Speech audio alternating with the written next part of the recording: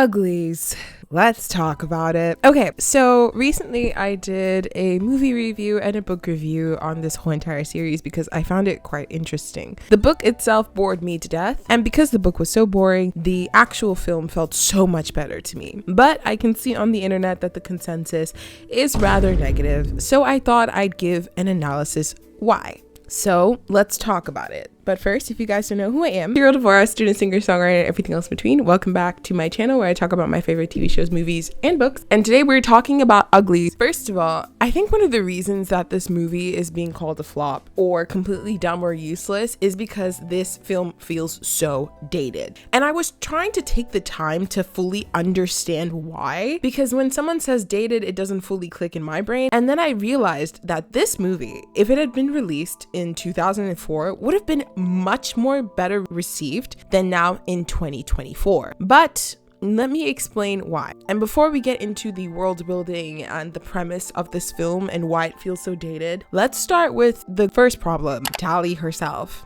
and how unlikable she is as a character. The first thing I immediately saw from the books, and maybe it's because I'm now in my 20s, but I am so sorry, Talie was a completely unlikable character, especially from the book standpoint. The whole time when I was reading, I could not stand Talie for like a good half of the book. Now, of course, this is not her fault. She has become very unlikable because she has been brainwashed all her life that, being pretty is the best thing for her. So it is natural to understand why she is so closed-minded, and she doesn't even bother to consider Shay's way of thinking. So I can excuse that. That is the only thing I will excuse. The part that she became really annoying to me was when there was a love triangle between David, Shay, and Talie. If you didn't know, in the books, David, Shay, and Talie were supposed to be in a love triangle. Shay was interested in David originally, but when Talie showed up, David showed an interest in Talie rather than Shay, and it became a problem towards the end of the first book. In the film, I like the fact that they didn't really continue on with this, and I loved the fact that Shay and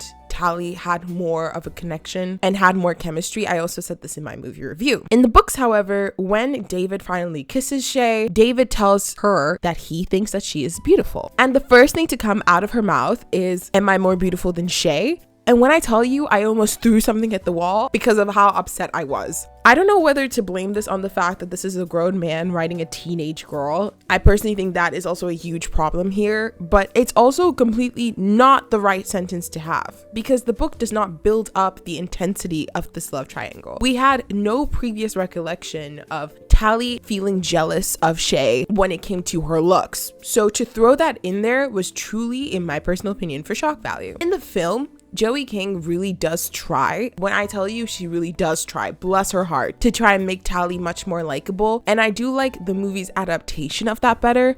But all in all, I understand why people don't really like this character, despite Joey King's performance, is because Talie is very unlikable and lackluster. Joey King really did try and give her performance more depth, but at the end of the day, the way that the character is written doesn't feel very relatable, especially in 2024. Also, she doesn't feel very well-rounded as a person, and it feels very shallow. For example, she's a teenage girl. She's supposed to be 16. Normal teenage girls have multitudes of interests. Normal teenage girls are also really into either books, fashion, reading, makeup.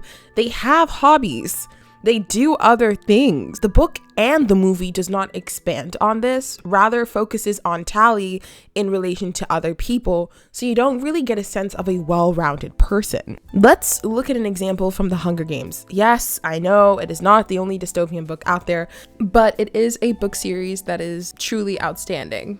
Because with Katniss, she might not be one of the most girly girls you've ever seen before, which arguably could be into the whole not like other girls trope, but that's besides the point. But the thing is with Katniss, she has the trauma to sort of justify this. Immediately in the first few chapters while reading, you get the sense of just how much Katniss has had to go through. But not only that she is not herself a selfish person. She puts Primrose, her sister, before herself. And she also has a complicated relationship with her mother. And with her father dying at a young age, you get a sense of how much she's had to go through despite being so young. With Talie, what would have helped is not only seeing her have other hobbies, but also understanding the layers and make her a complex character. Yes, she doesn't want to be free. She wants to be pretty. But what about the fact that her parents have emotionally neglected her? Which is something I'm going to dive to a little bit deeper, but it would have been nicer to hear Talie talk about that. Maybe talk about the effects that that's had on her, that she wished she was closer to her parents, that she wished her parents took note of her. It's never fully elaborated because those things are important when you're a teenager.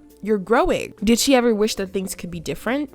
Does she ever share a core memory with her mother? Does she see her parents' behavior in hers? We don't get that while watching the movie or reading the books, or at least the first book. And some people may try and argue that we should be more patient and read the rest of the series, but I'm so sorry, I'm going to say it now. If your argument is having to wait for the rest of the books to fully get an understanding as to why you should like a character or want to root for them or understand them, an audience doesn't owe you that. A little bit of background of your complicated relationships with your family or your friends is more than enough to keep an audience going. And if you can't give that within the first copy of your book, and that is clearly lacking, then that itself is the problem. Also, one problem that kind of hits with Talie is the unearned heroism, especially towards the end of the film. I think Talie has a lot of cushioning from plot armor and very much fits into the Mary Sue stereotype, because even in the books, she is clearly betraying the Smokies, and yet she's seen as very heroic. In the books, she's automatically being praised for being brave, about the fact that she can cross over this journey by herself. And they still do this in the film,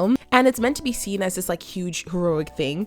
But if you haven't previously explained what has happened to people when they try to travel over to the smoke, it doesn't really feel like she's done a very big heroic thing. Not every character in a YA dystopian book needs to be the same. But if you're going to make somebody the main protagonist in your books, please give them something more heroic that we can actually applaud. Another big problem is not just with the characters, but also with the world building. First, I do have something for y'all. A lot of people don't know, but while you're filming, you can have the most expensive camera in the world. If you don't have good color grading, your videos will never have that certain look that you're looking for. But fear not, that can be achieved with an LUT. So what is an LUT, you ask? An LUT is basically a color filter that you use on your images or videos. I love using LUTs, whether it's on my Instagram photos or on my videos in which I'm speaking right now. So what I've done is I've created some basic LUTs on my Etsy store, in which you guys can buy for a really cheap price and experiment. LUTs can be used for anything, not just videos with your face,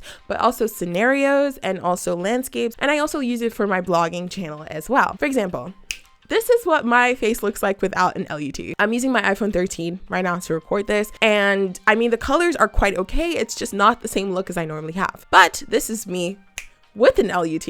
Do you guys see the difference? But I've created a basic LUT that you guys can use, especially if you have more darker or melanated skin, because when I was starting out with LUTs, that was a really big struggle for me to find like LUTs that actually enhance my skin tone. So if you guys are interested, head over to my Etsy store. But anyways, back to the video. Let's not forget the fact that this series came out in the early 2000s. I feel that one of the reasons that Uglies doesn't feel relatable or understandable or groundbreaking is because it's tackling a concept that is still very modern. Uglies is not enough, or it's not strong enough as a source material to understand the nuances of what it is trying to critique. Plastic surgery and beauty standards is something that we are constantly having conversations about in 2024. This is something that people have been talking about for years, of course. But I feel like with the rise of social media, it has been much more nuanced than I ever could imagine when I was younger, growing up in the early 2000s. Like I said, Uglies came out in the early 2000s where people weren't necessarily having this conversation as deeply as we are now. I'll give you an example. In pop culture during this time,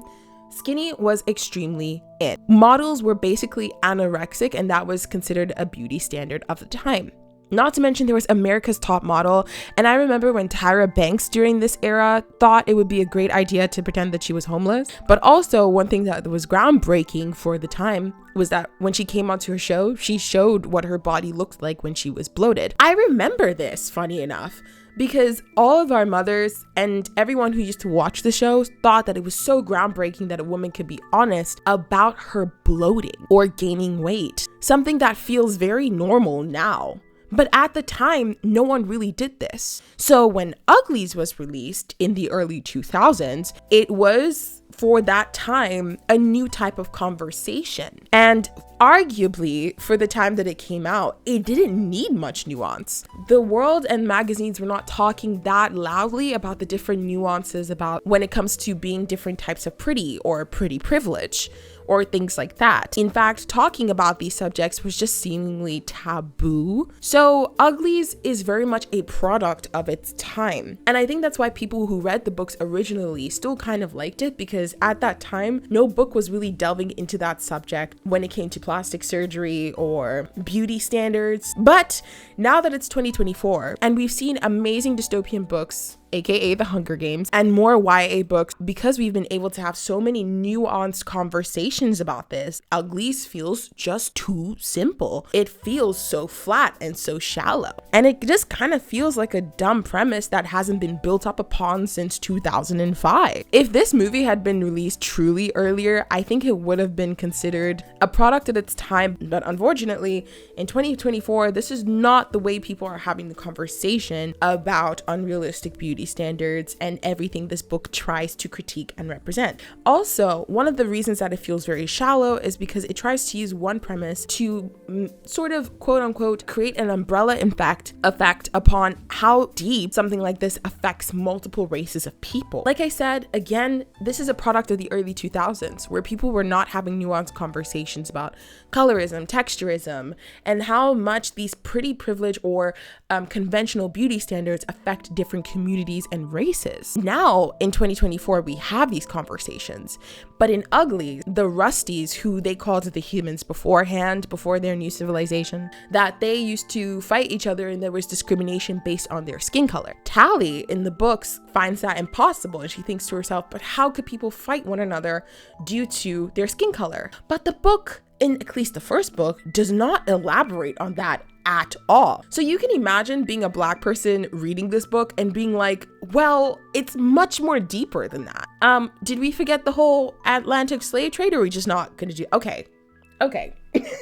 And that's what I mean with Uglies. Because it aims to critique such a big problem, it is too shallow as a piece of work to not recognize just how many nuances there are when it comes to pretty privilege or societal standards of beauty. And also, it doesn't really make sense. They say that the Rusties died 200 to 300 years before their time. But if they died 200 to 300 years ago, surely there must have been mentions of studies when it came to slave trading or classism or elitism, or it should have been much more of a problem. What Uglies, the book, tries to do to run away from this premise, it says that when people become pretty, their brains are tapped with and they are made into docile human beings who are only focused on shallow things. Surely not every single pretty has that same mindset. There are special circumstances. Surely there should be remnants within special circumstances of some form of discrimination, or remnants of maybe ways of thinking that isn't publicly known. Things like that. So that's why it feels just very shallow, because there should be after effects of something. The Hunger Games does this very well. With District 13 being destroyed, years later, the people, they still remember District 13. Or even with the Dark Days ending during Coriolanus' time, there's still a lot of discriminatory and strange elitist and classist beliefs that people had, despite their country literally being in shambles. What I'm saying is that you cannot tackle something that is this big without being able to take the time to explore just how much it's damaged the people in the world that you are trying to build. Which leads to my final point. Uglies is not a good critique on society. I understand that not every single YA book is supposed to be a big critique on society. Hence Shadow and Bone. I love Shadow and Bone. However, Uglies itself is clearly trying to critique society and the way it is, and trying to make it cool and attractive to young people by adding hoverboards and a future dystopian society. Fine.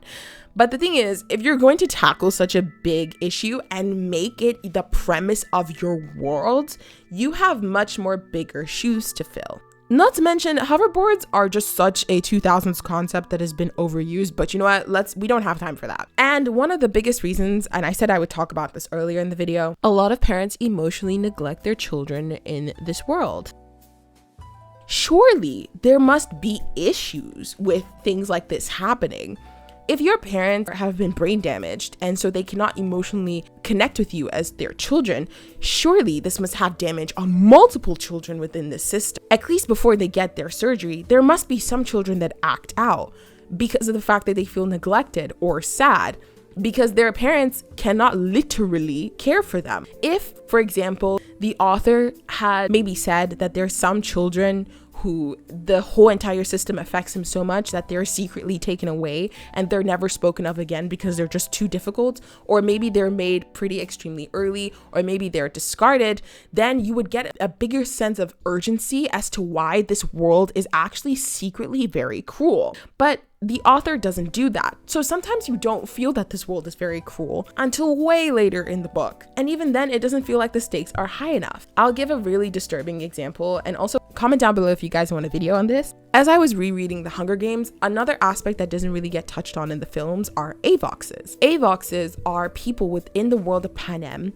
that have either tried to escape the world of Panem or rebel in a certain way, that have been caught by the capital and they have their tongues cut out. And then they must live their lives in servitude and in slavery to people in the capital. That wasn't really touched upon much in the movies, but it's actually so disturbing and gives another layer as to how evil the capital truly is and how evil President Snow is, because these avoxes a lot of the times end up also being children sometimes. And I can just imagine that not being able to speak as an avox, if one of the avoxes is experiencing trauma or assault, they physically cannot speak out, which just adds another layer of cruelty and shows how much these young people's voices are not being heard. That kind of deep level of nuance is what Uglies is lacking. But I don't know, maybe I'm being too harsh. You guys tell me. Thank you guys so much for watching this video. Again, I didn't really hate this film, but I hated the source material, so there's that. But tell me if you guys want a video on avoxes below. I really would like to delve deep into the subject because I think it's so disturbing. And anyways, I'll see you guys in my next video. Okay, bye.